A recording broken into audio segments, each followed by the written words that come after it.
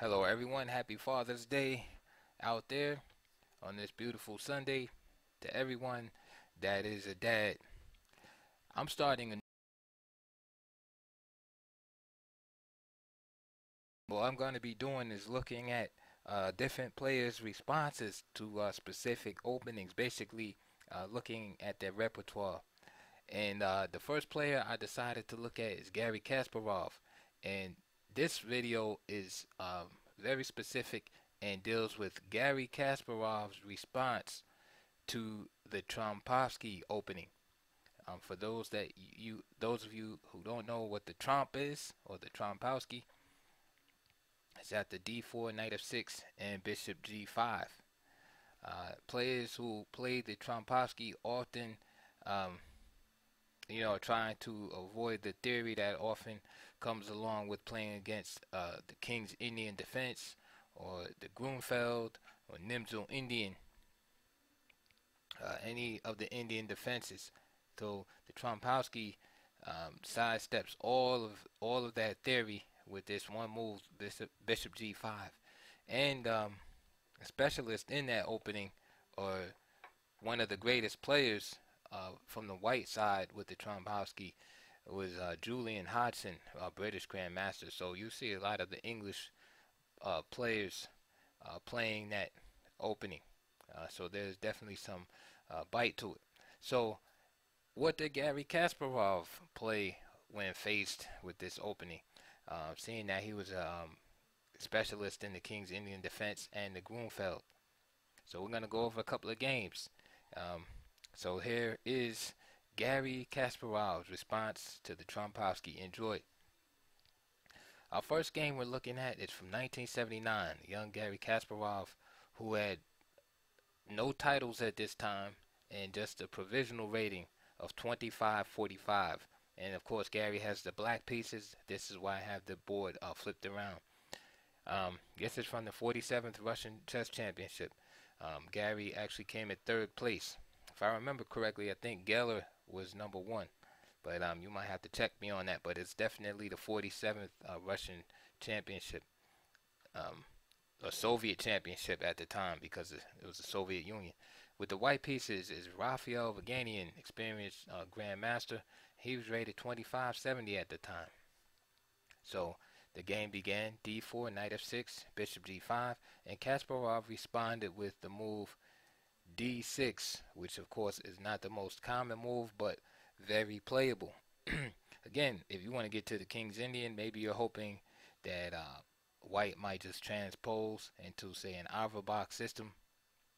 Let's fantasize a little bit after, say, c4. Again, g6, and I said knight c3, bishop g7, e4, and of course, I'm not saying this would happen, but I'm just showing you how it could happen. And bishop e2, and now you have this Averbach system of the King's Indian defense. So going back to the game, d6 again is not the most common, but normally you try to play positions that you're familiar with. Here Vaganian played knight c3, which, if you're not aware, this can transpose very quickly. With this knight c3, the game could end up being a Veresov attack. Say if black wound up playing d5 at some point, could wind up being a Veresov opening, or it can transpose into the Philidor's defense. So it can go from a queen pawn opening to an e4 opening just like that. So d6 is definitely one of those moves that you should know what you're getting into when you play it. So this is what the young Garry Kasparov played, d6. Vaganian played knight c3, knight bd7, and now we see Garry's intent was just simply to back up the knight here and then play a move like e5. So e4, e5, and this is what I'm talking about. Now we are in the Philidor's defense as black. Knight f3, and I have a few games to show you, so I'm just going to speed through. h6, bishop e3, knight g4, just going after the bishop here. And just know that black is just fine here. Equalized. E takes, queen takes, and Garry, being a dynamic player he was even at a young age, decides to opt for exchanging in the center to have more room and play for his pieces. Perfectly playable was just a move, keeping everything closed still, like bishop e7. But e takes d4, queen takes d4, knight d5, bishop e2, bishop e7 from Garry Castle, bishop f6. So you see Garry playing for the activity, which is a trademark of his style, playing for the initiative. Queen d1, knight takes f3, bishop takes f3, and now the knight hops back to e5. Bishop e2, castle. White is preparing f4, of course. Knock the knight away. Knight g6, queen d3. And now the only thing that black really has to worry about is white's center and also this d pawn. Queen e7, bishop d2, b6. Okay, preparing a place for the bishop. Bishop b7, bishop h5, rook a d8, b4, a6, bishop e3 was played, and we see this pawn is attacked. And again, the young Kasparov always playing for the initiative. b5, this move is a little bit too aggressive here, as it leaves a big hole on b6, which Vaganian just played bishop b6, attacking the rook. Better move was just simply queen c7 here. Okay, just holding things together, and play could have went bishop takes g6, f takes, bishop d4, and white doesn't really have too much to speak of here. And now c5. Okay, now Kasparov played b5, bishop b6. Some exchanges took place. Bishop takes g6, bishop takes c3, and now bishop h7, which was not really necessary here. Queen takes c3 is better, and let black damage his pawns. Okay, and that's better for this is better for white here. Then move like e5, for example. d5 would be a blunder to that. So you see how powerful that bishop is. Okay, so white would be better here in this situation. But white decided to throw in his check, moving the king over to the light squares. And of course his plan was to play this discovery move, which is okay too. White has an advantage. So king h8, and now he picks up the pawn. c5, b takes c5, now d takes e5, and c6. Now here, better again is just cashing in, playing a move like queen takes e5. After c6, Kasparov finds a great move, queen e6. And now, if c takes b7, then queen takes b6 with check, and then picking up the pawn. This allows black to equalize. So now f5 is played. The problem with f5 is that it releases the tension in the center and leaves black with just a e pawn in the center. Now, if the king side attack doesn't work out, then black is going to stand better. Kasparov played queen f6 here. Now, hindsight is 20/20. Queen takes c6, threatening mate here and forcing the exchange of queens. then say f6. Now, again, Kasparov is very young here, so he probably wanted to keep the pieces on the board.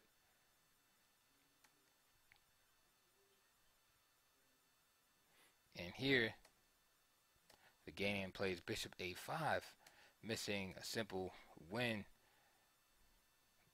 right? Or close to it after bishop takes e5. Rook takes e5 would be forced. And then just going into this endgame in exchange up, where black has no additional compensation, looks like a win to me. But anyway, so he played bishop a5. Again, I'm just going to speed ahead because I want to show you the games, the other games. And we continued on with this equality. Now, black's major problem is this pawn right here. So if he could find a way to get rid of that, he would stand better. And we see the build up against the pawn. Take c2. King g6. Rook c4. Bishop d6. And we see white trying to hold on to that c-pawn. But black has it bottled up. This bishop here, rook here. And now he can start advances in his own pawns. Now after king f2, rook h1, threatening to take on h2. And now here, it's kind of counterintuitive, but white has to play bishop takes e5 here and allow rook takes h2 with the possible continuation like this. And you have this opposite colored bishops going down into this rook ending, and this is definitely going to be a draw, as white can easily set up a Philidor's position or third rank defense here. However, Vaganian played a move that is natural and played king e3, keeping the pawn protected with this rook here. However, Kasparov, being as dynamic as he is, of course nobody knew how good he was at the time. He played f4 check, g takes f4, e takes f4 check, and now bishop captured. And what could be wrong with that? The problem is the bishop is only defended by the king. We see the diagonal covered by the bishop. So rook e4, this forces the king away from the protection of the bishop. And just like that, Vaganian lost. And then he resigned. Okay, so that's our first recorded instance of Kasparov playing against the dreaded Trompowsky variation, and he chose like a offbeat line. Perhaps he wasn't prepared, or he just played. He wanted to get to a position that he felt comfortable with. So d6. Okay, let's see what he played later on. Okay, now going forward a couple of years to the Moscow Interzonal Round 11, 1982, with the white pieces is John Vanderville, Grandmaster, and rated 2520, and Kasparov is now rated 2675 at the time. So this is about 4 years later. So here's the Trompowsky again, and this time Kasparov opts for a main line, knight e4, just attacking the bishop, bishop f4, c5, and of course being Kasparov, he opts for this sharp line, d5, and now the positions take on these like a Benoni type flavor. Queen b6, and this is always a funny line, bringing the queen out to attack this pawn early. Some games, in this variation, white has even tried to just simply give up this pawn, trying to argue that it's a waste of time to have the queen capturing down there like that. By, for instance, playing moves like knight c3, things like that. But back in the days, bishop c1, okay, was chosen by Vanderbilt. And now e6. Again, Benoni type fashion. If you're familiar with the Benoni, then you probably would play this variation against the Trompowsky. So e6, f3. The idea is simply drive back the knight and build up a big pawn center with e4. Check. c3. And this causes logistical problems for white. He would like to bring his knight to the natural square. He can't do that because this little check is annoying. So only after the check, now he comes back with tempo, challenging this pawn right here. There's e4, and now d6. Knight e3, finally getting the knight out. E takes d5, e takes d5, bishop e7, knight c4, making the queen pay for his early travels. Queen goes back home, and we could say right here that the position is equal. Knight e3, castle, knight e2,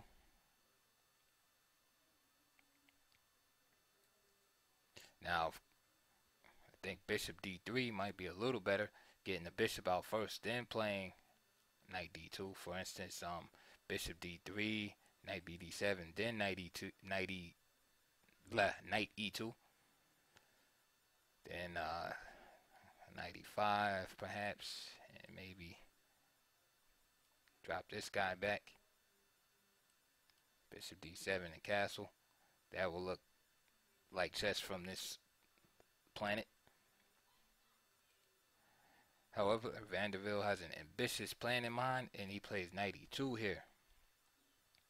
Rook e8, and to my surprise when I first saw this game, g4. So just embarking on this, just blatant attack against the king side without really having any development. He has two pieces developed, and the king is right here on e1 facing the rook, and it's just crazy to think that someone would play like this against anybody, let alone Kasparov. So black has to be better, but of course, in facing any type of situation like this, you got to be careful, because one slip up could change the evaluation. So knight fd7, so he's just anticipating g5, but also planning on repositioning this knight here to e5, which attacks this square and this square. So knight g3,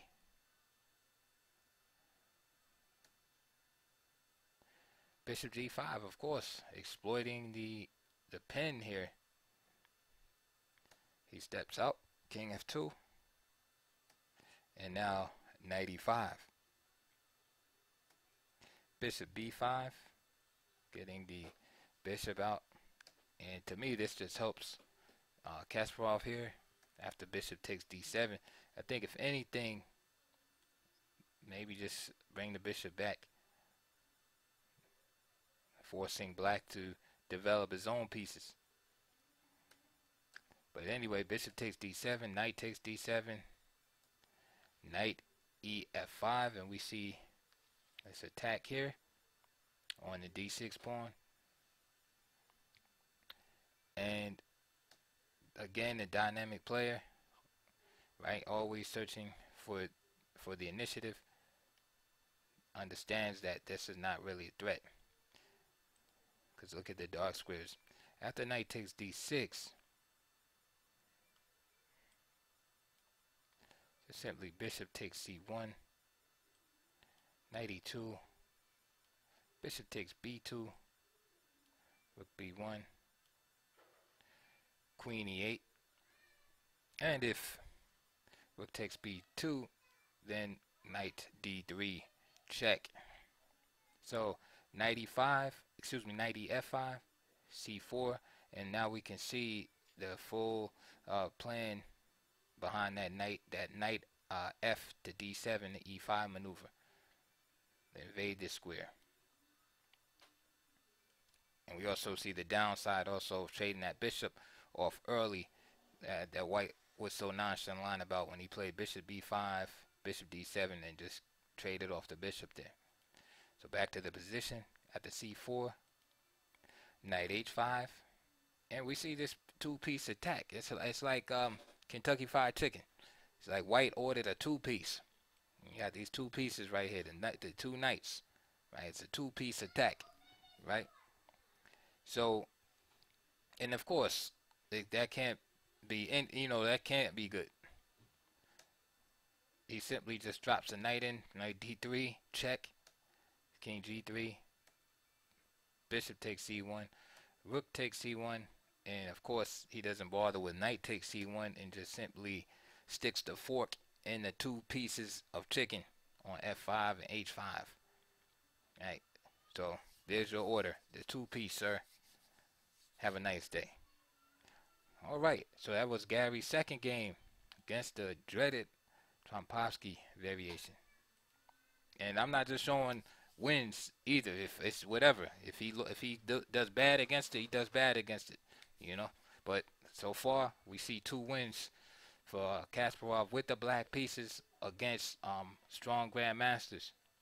So this time he chose the main line, knight e4. Let's look at the next one.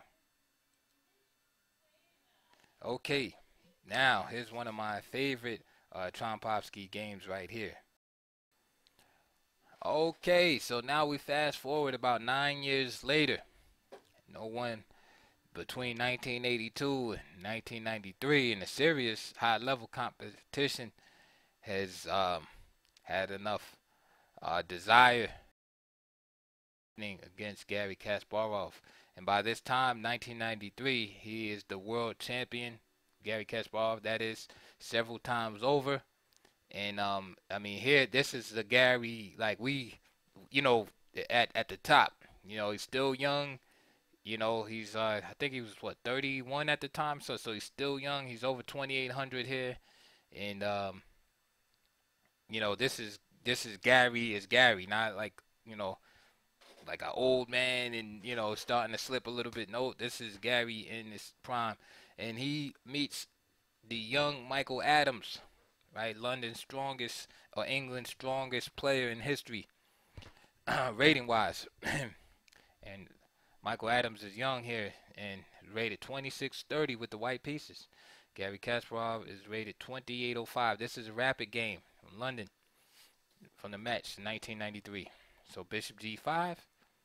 Again, avoiding all that preparation of the King's Indian and Grunfeld defense and Nimzo, what have you. d6. So we see this sideline again that Garry played in his youth in the late 70s. And remember, I told you that it's possible after white plays knight c3, this can easily transpose into a Richter Veresov attack or a Philidor, depending on how black responds. Okay, so this is very flexible, but again, Garry could be hoping to get into some King's Indian type position. Michael Adams just simply plays bishop takes f6. Now, usually after d5, you see this bishop takes e6. So d6 might have been, an attempt to throw Michael Adams off here, but he just simply sticks with the program. So bishop takes f6, and then e takes f6. G takes f6 has been played before, and it is possible. The e takes f6 is played here, e3, and f5, using that double pawn to influence the center, right? A la the Dutch defense. So it's like having a Dutch defense without weakening the king side. Just think about it. If you're playing the Dutch, usually you have this type of setup, but your king side would be weakened. Okay, so here you have a Dutch defense without the inconvenience of having moved the f pawn. All right, and of course there's some tempi involved, so you have to weigh that. But this to me is good, comfortable for black. White is giving up the bishop here for double pawns, but the double pawns don't really hurt black here. So I would say black is definitely equalized. G3. Okay, is a way of playing. A lot of times the bishop will come to D3, but G3 and G6 again. This reminds me of a Leningrad Dutch setup. Bishop G2 by Adams. Bishop G7 by Garry Kasparov. Knight E2, Knight D7, and C4. So let me just say that for white and white's favor, he has a beautiful pawn structure. There's nothing wrong with this structure, and he has a good position. All right, he's avoided all the preparation from and lines of theory that go with the King's Indian and Grunfeld and such, and he has a good position against the world champion. So the game is equal, but he has opportunity to play. So again, to me, this game is I mean, my thought, and I'm sure maybe Gary was thinking like this, is just like a Dutch defense here. Black is going to be concentrating on controlling the E4 as much as possible, and if possible, attacking the king side. White is going to center his attack on the queen side, and he makes the fianchetto, which fortifies his king side defenses. Knight F6, Knight BC3, castle, castle, rook to E8, Queen C2, C6, and there it is like your queen side counterplay, and of course aimed at eventually playing B5 at the right moment and weakening black's queen side. Bishop E6. Again, this is a probing move because this pawn is temporarily undefended. Queen D3, and now Knight E4. Okay, Knight E4 here. Okay, so Knight E4 is played, and Adams just simply plays Knight F4. So again, the game is equal, and both sides are pursuing their set objectives. Let me just show you the fallacy behind Knight takes E4, F takes E4, and Bishop takes E4. This allows a tactical shot. Bishop takes C4. Again, the game is equal, and then just rook takes E4. So Adams skips all of that and plays Knight F4. All right. D5. All right. So after D5, C takes D5. Now, this move right here, D5, is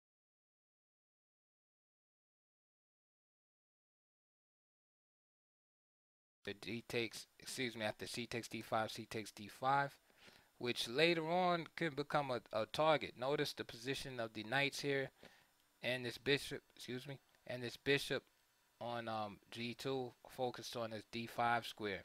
That's a risky move. Again, safer is definitely a move like Queen E7, right? Waiting further developments here. But Kasparov's style is very dynamic, as you all know. So, I mean, I can understand why he would do a move like that. He's looking for chances in the position. Always looking for the initiative. So, rook FC1, Queen D7, rook C2, Bishop H6, Knight CE2 from Adams. So Adams is playing very solid, and you can see the evolution of his style also. So Adams always been a player like this to kind of like sit and wait and play very positional chess and let you kind of destroy yourself. Bishop F8, challenging the pawn. A3, A5. So there's Gary reaching for something. b5, and now he plays a4 to prevent these pawns from connecting and keep this weak. h4 from Adams. Nice, again, positional move, making sure this knight is secure here on f4. Rook ec8, rook ac1, bishop d6, knight c3 from Adams.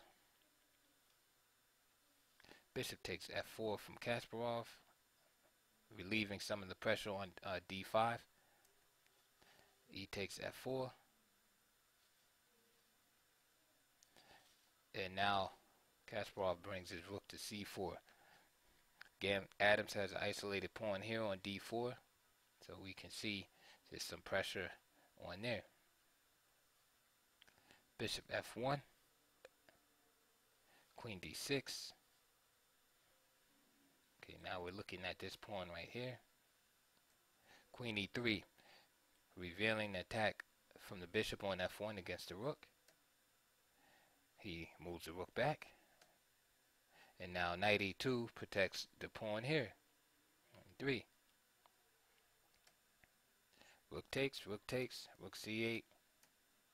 And so now we have this exchange of rooks.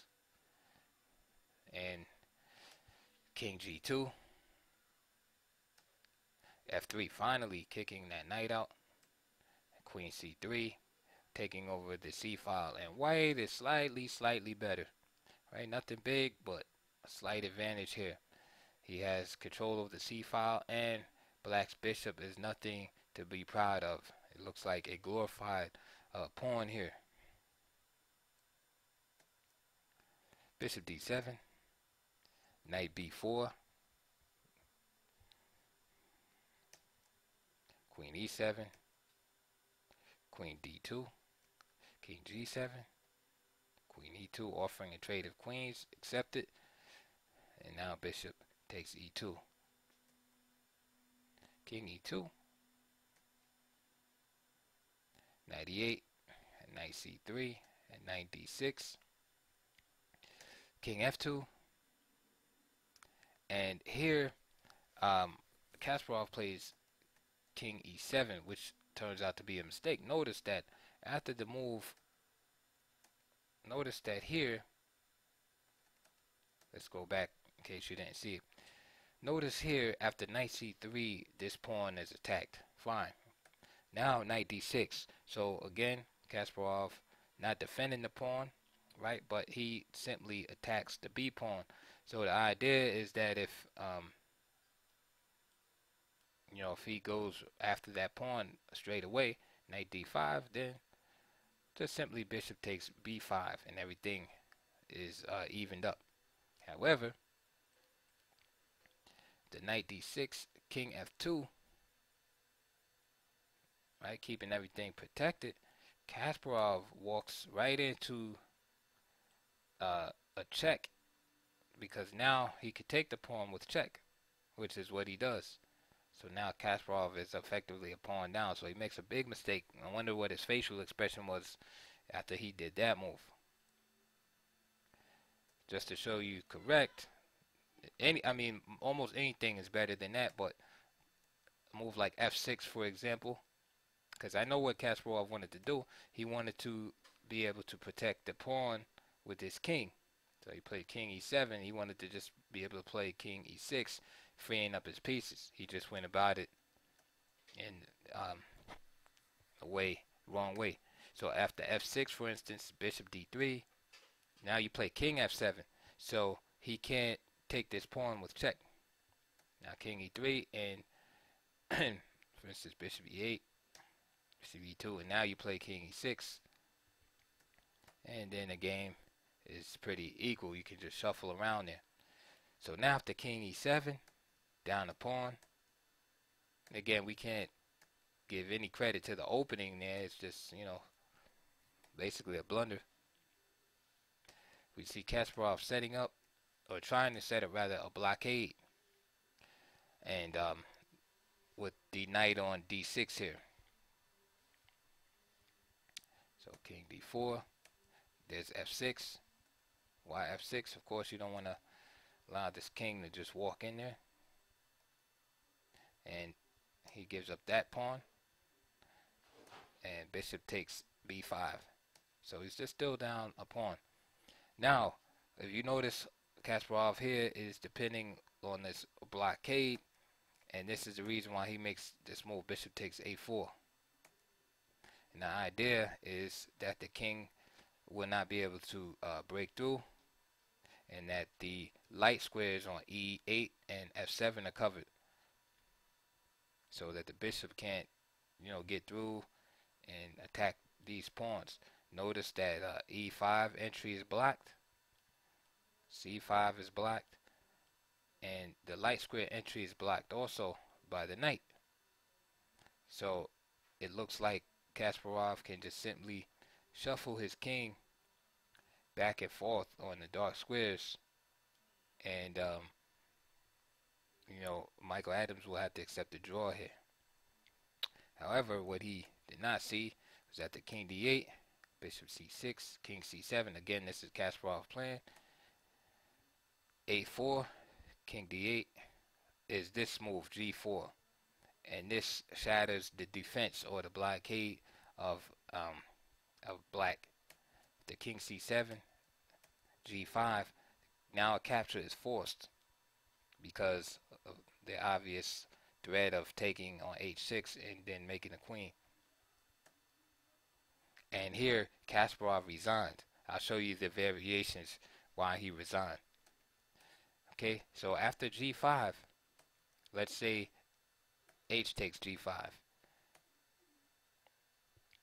H takes g5, f takes g5, f takes g5. And notice with the f6 pawn gone,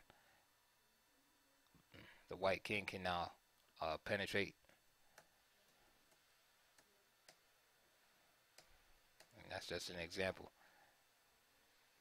All right. If f takes g5, you get the same scenario. That e5 square is critical, and eventually white will be able to enter in. So let's go back.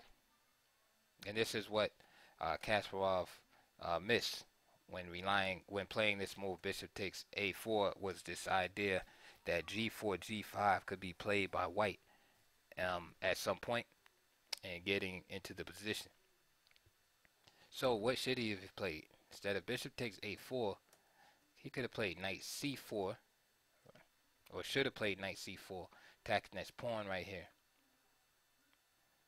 Really no way to defend it. At the king c3, just simply knight takes a3, king b4, and now give up the bishop for the knight, and then now he can shuffle around, and it's no big deal.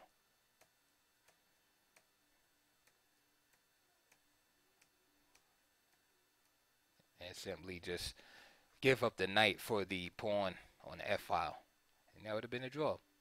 So anyway, that was a great game by Michael Adams, defeating again a world champion in his prime.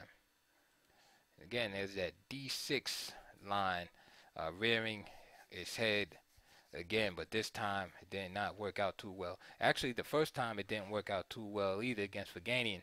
He just missed, Vaganian missed a few wins against the young Kasparov. All right, and the best game that Kasparov had so far was when he played the main line knight e4. So let's move on. Let's see what happened in the future.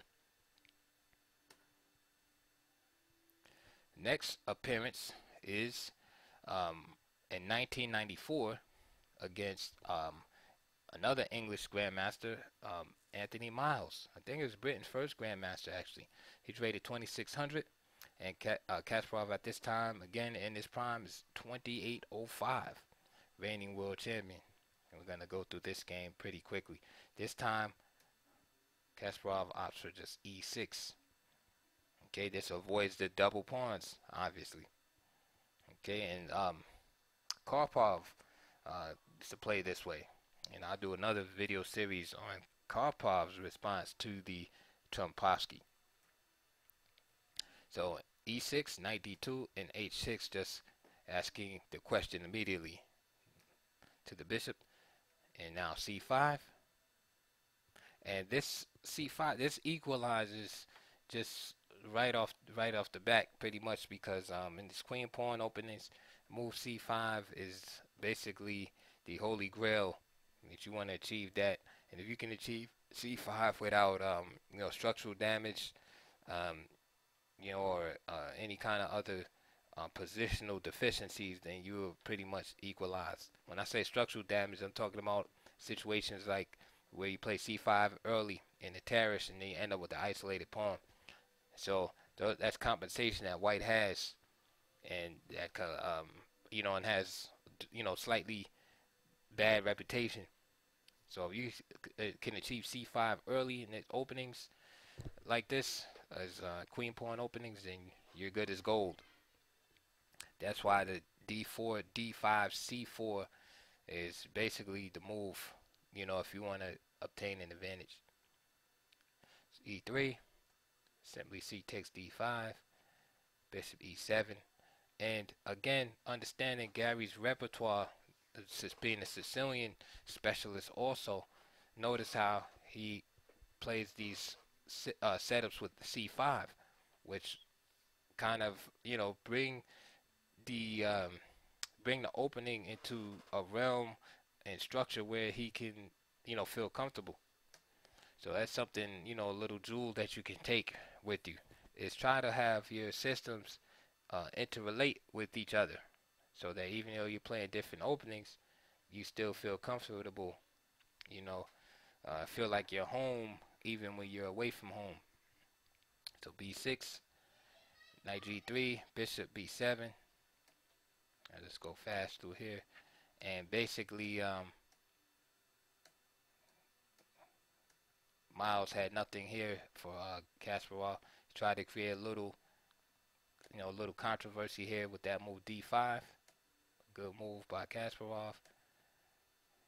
Bishop takes bishop f6, attacking the b pawn, c3, and he even allows the double pawns here. Notice Garry's up a pawn here, but the pawn is pretty much valueless. This keeps the game equal.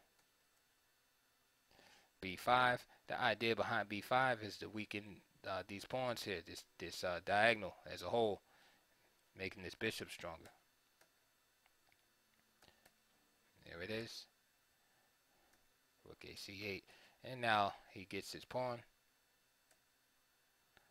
And even though black has a static weakness, having this isolated pawn, notice the activity of black's pieces, and this is what offsets white's structural advantage. He has a bishop versus knight, and black is more active in the position.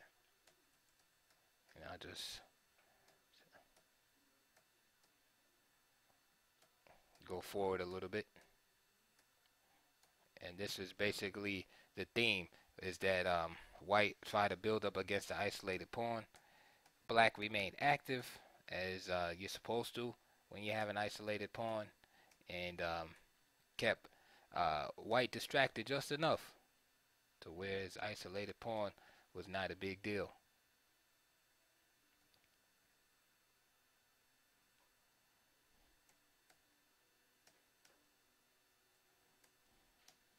And you see at some point it looked like Garry is pressing. Notice the aggressive placement of black's pieces here. All right, that's how you're supposed to play with an isolated pawn. So this game wound up, despite Garry's efforts, ending up in a draw. So let's move on. All right. So our next one is from 1999, and Kasparov is still the world championship. And this is a 5-minute chess game. The white pieces was Jan Timman, 26-49, and Garry with the black pieces was 28-12 at the time. So finally, we see late in his career, he finally just plays d5, chooses a main line continuation.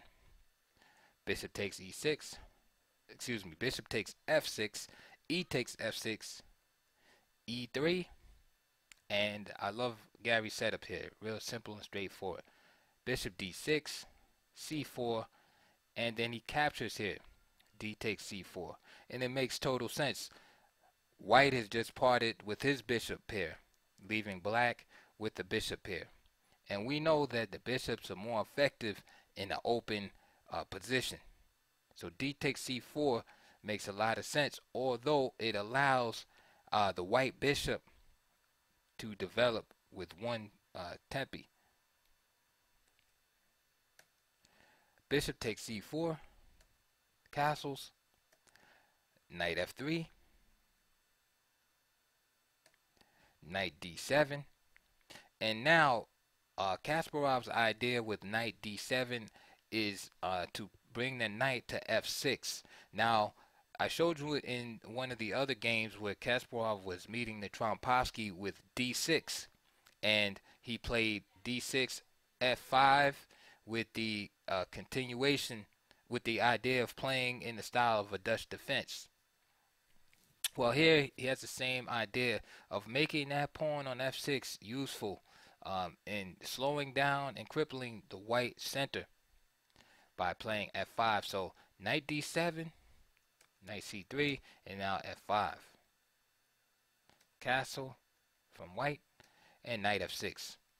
So we can see that black definitely improved his position, and now it's questionable whether, you know, you can debate whether white just gave up the bishop pair for nothing, because black has just replaced the knight that was missing, right? So now the defender that was gone from the king side is now returned, and the pawn, right, the pawn, double pawn, is now useful in stopping, holding back and restricting white's pawn preponderance in the center, because that is really white's big big ace in the hole, so to speak, is that pawn preponderance in the center that can advance and drive away the black pieces and ultimately lead in some type of kingside attack. But with the pawn on f5, it's very difficult to do that, because any type of advance of e4,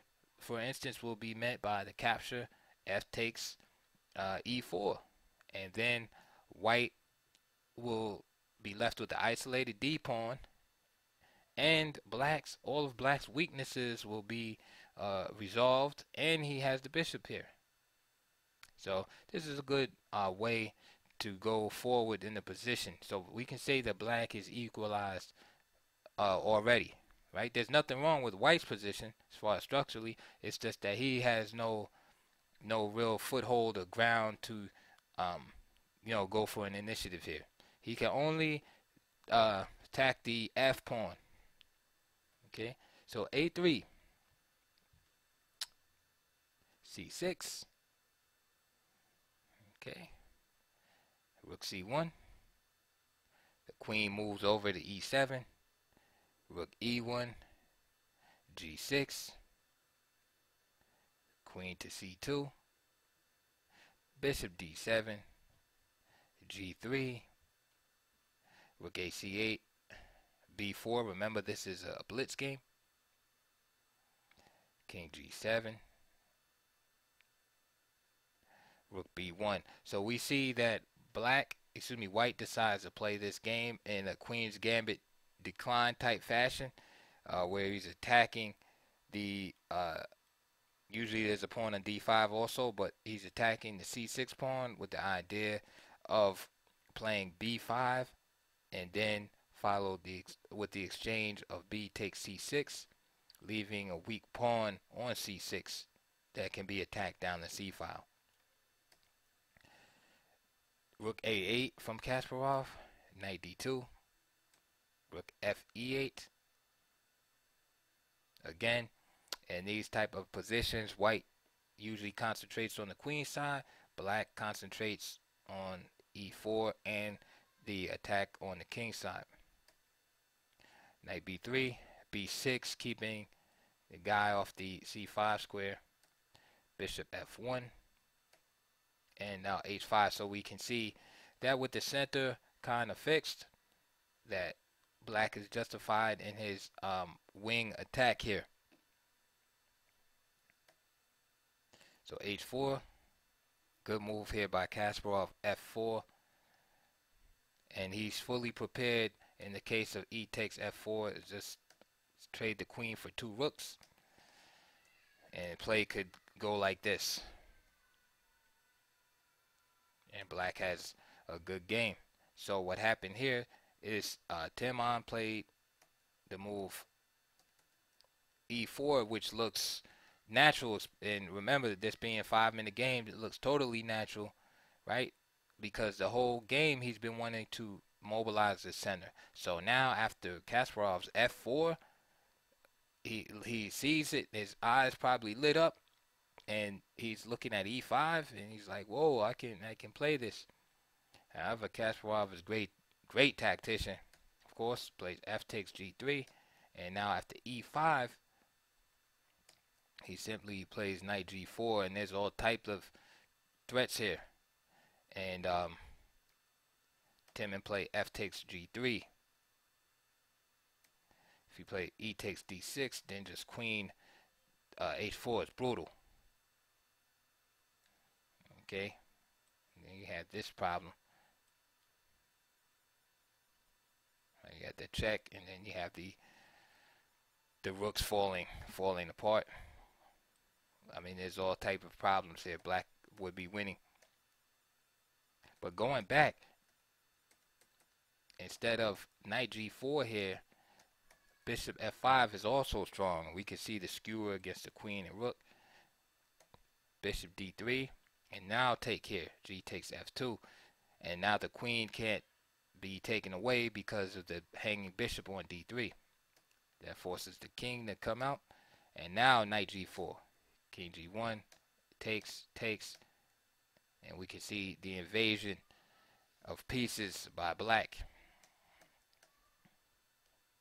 and black is for choice. But after knight g4, he's still in the driver's seat here, but Timon has a little bit more play. Bishop takes d3 happened, rook ac8, queen d2, bishop e6, queen e2, and I'll just speed up. I know it's been long. I've been looking at a lot of games here, but that's how we do on this channel. We give you, you know, the full gambit. It's not like a preview and then you gotta go to another site, you know, pay $20 or something, and you know all of that. We give you the whole thing. Queen b2, b4, knight e4, totally natural move, but again there's a tactical defect, and the tactical defect involves the e5 pawn. Notice that this pawn is pinned because of the bishop on a7, and this is why the knight e4 is incorrect. I mean, again, it looks great because you're thinking about putting a knight here.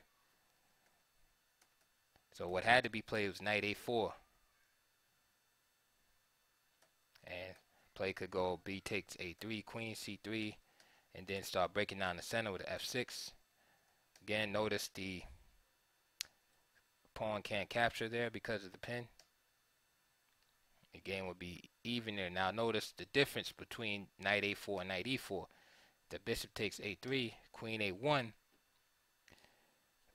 Kasparov just was able to play queen takes e5. The reason why is because this knight is here, blocking the action of this rook. This guy is pinned.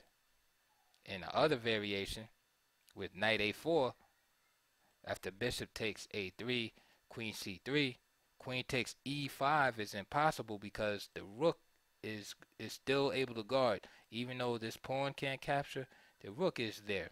However, after knight e4, the rook is blocked, and queen takes e5 takes place. So after, you know, a tough game, Kasparov went on and won this game. So I'm not going to go through the rest of it. You know, it went on for a while, and it was only a 5-minute game. But I wanted to show you, you know how Kasparov had evolved in dealing with this opening. And this method, this system of f5 and then followed by knight f6, basically replacing the lost bishop, the lost knight, right?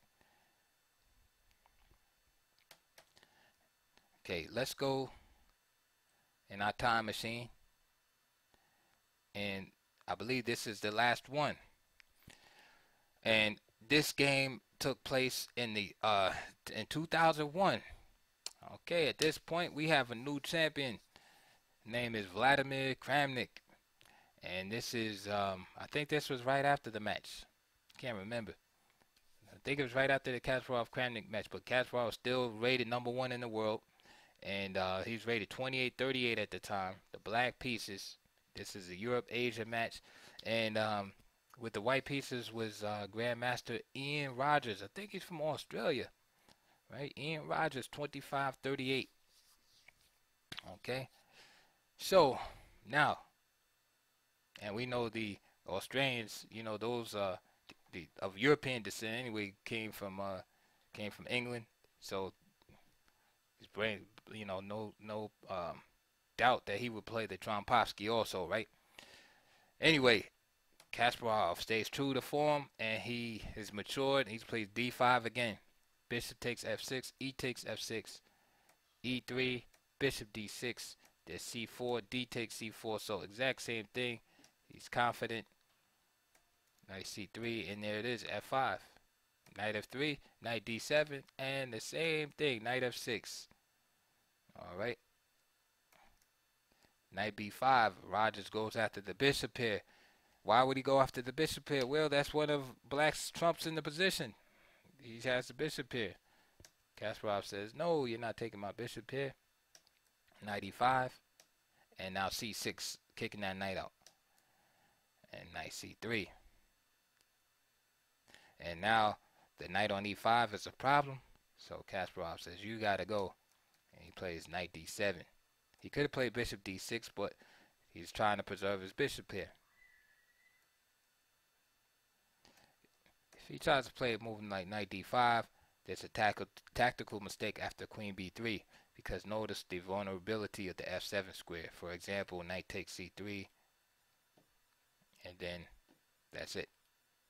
So knight d7, f4, and knight takes e5, f takes e5, keeping the queens on the board.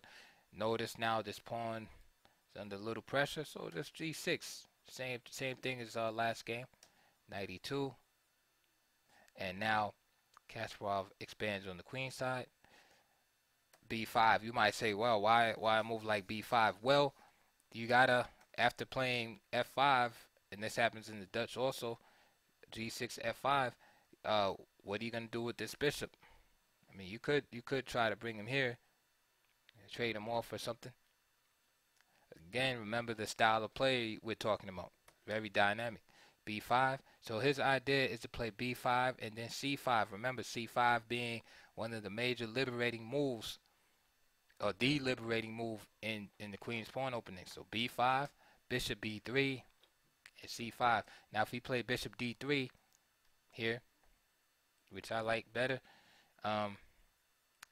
black would have had to prepare c5 with a6 at least, or rook b8. In other words, something to protect this pawn.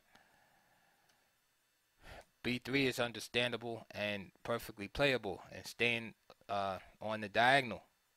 Okay. c5 though. Knight f5. Knight f4, and now the bishop has a home. D takes c5, which is playable, but you can see the damage to white's pawn structure. But white has a vision based on e6 and trying to attack on the diagonal, so he has a plan behind it.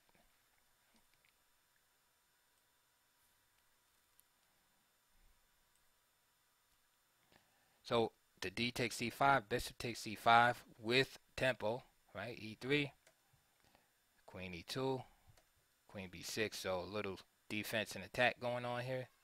He just plays e6, so he gives up this pawn.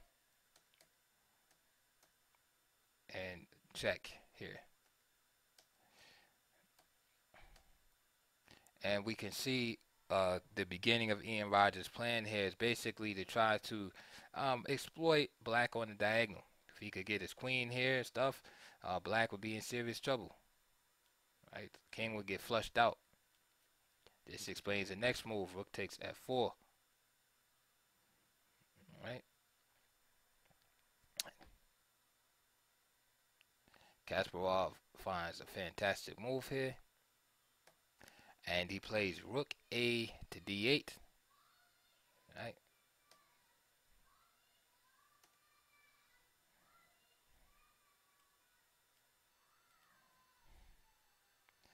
Queen e5 can just be met here by queen f6. So that's why can't really do nothing there. Of course, queen e5. And if the knight, if the king was flushed out, we're talking about a different ending here. After rook h4 check. So anyway, Rogers doubles up. He doubles up on the e file. And good move by Kasparov, bishop e4. It gives up the exchange, Ian Rogers does. F takes. And again, he's banking on the strength of this bishop and the weakness of the dark squares. Queen takes e4, queen d4, immediately offering exchange of queens. All white has basically right now is this advanced pass pawn, which is keeping black tied up right now. And if black can somehow get rid of that, then he'll be winning. The fact since he's up the exchange. And the next few moves revolve around what white is going to do about that pawn and what black is going to do about it. So we see pieces being traded off. And that's it. Black wins the f pawn at the cost of his b pawn, but it doesn't matter. And being up in exchange in this position is just too much for Rogers to deal with here. And after king a5, he just resigned. So my friends, that is it for Kasparov versus the Trompowsky. I hope you enjoyed that. I'll try to go through the games as quick as possible. And if you're having trouble dealing with that opening, hey, check this video out a few times and you definitely see an improvement in your games versus the Trompowsky. Because this system right here, nice easy system to play. And in conclusion, this is the one I think that is probably that Kasparov would approve of, even though he played d6 and knight e4 in the past. His last two games in this variation, this is what the formation, the setup that he opted for. So that is it. I hope you enjoyed that video. Please like, subscribe, comment, and if there's other openings that you want to see in this format, just let me know.